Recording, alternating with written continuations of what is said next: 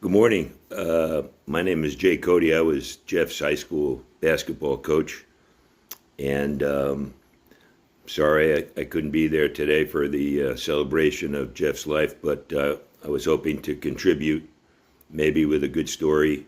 Hopefully, you're in the celebration mode of the afternoon right now, and I could share a story, one of which you're probably hearing many today. So, with the permission of Mike and Bobby and Leanne and of course Kevin Regan, I was watching the Olympic Games last week, and they kept saying about how it was 46 years since they had beaten the Russians in the last state championship. And I thought to myself, well, it's actually 41 years ago this week that Wayne Valley won is first state championship in 1985, of which Jeff was a huge part, actually. And he was one of those guys. If you knew Jeff, he had guts and he had swagger. And although he was a little guy, I could hold up a picture here that you may be able to see. Hopefully, Jeff was right down in the front there, and the two monsters right next to him on either side are both about 5'7" or 5'8", so you can get an idea of how big Jeff was at that time in the 10th grade.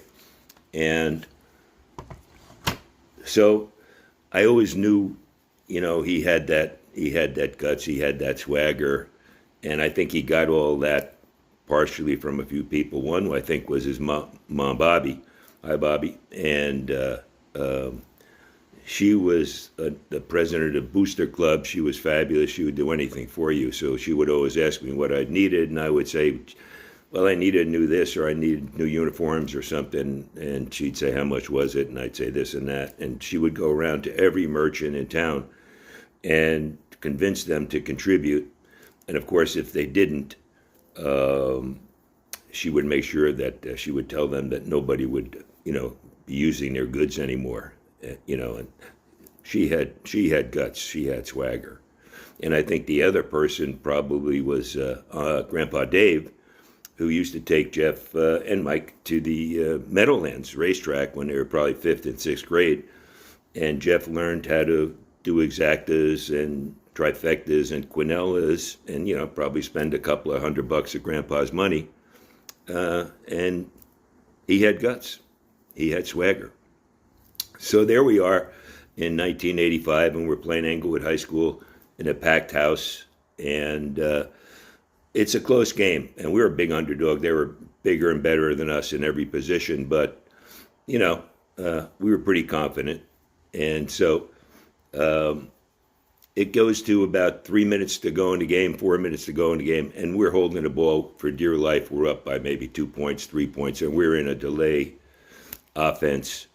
And so with about 3 minutes to go, who do I put in the game but Jeff Jelinski, all 5'2", 110 pounds of him.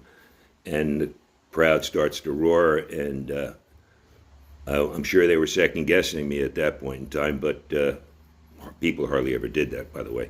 But I'm sure they were second-guessing me. And anyway, as the clock wound down to a minute or so, they decided to foul Jeff. Now, Jeff was a great dribbler, and he was the bitty basketball foul shooting champion in the 6th, 7th, and 8th grade.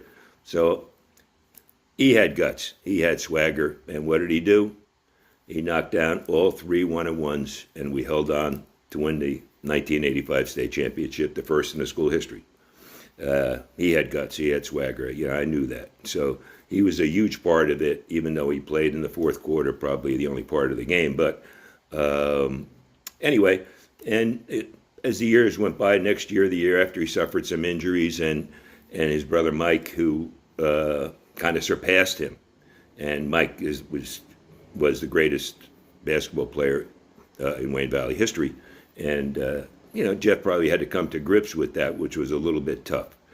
But he handled that. He supported Mike and throughout Mike's career. And, he had that guts. He had the swagger to stay with that. So, anyhow, I think a coach's legacy is probably not the number of wins that he has in his career, but it's the number of friends that he has, who were his former players, that he has for a lifetime. So I consider Jeff to be one of those. So raise a glass. Here's to Jeff. Thank you very much.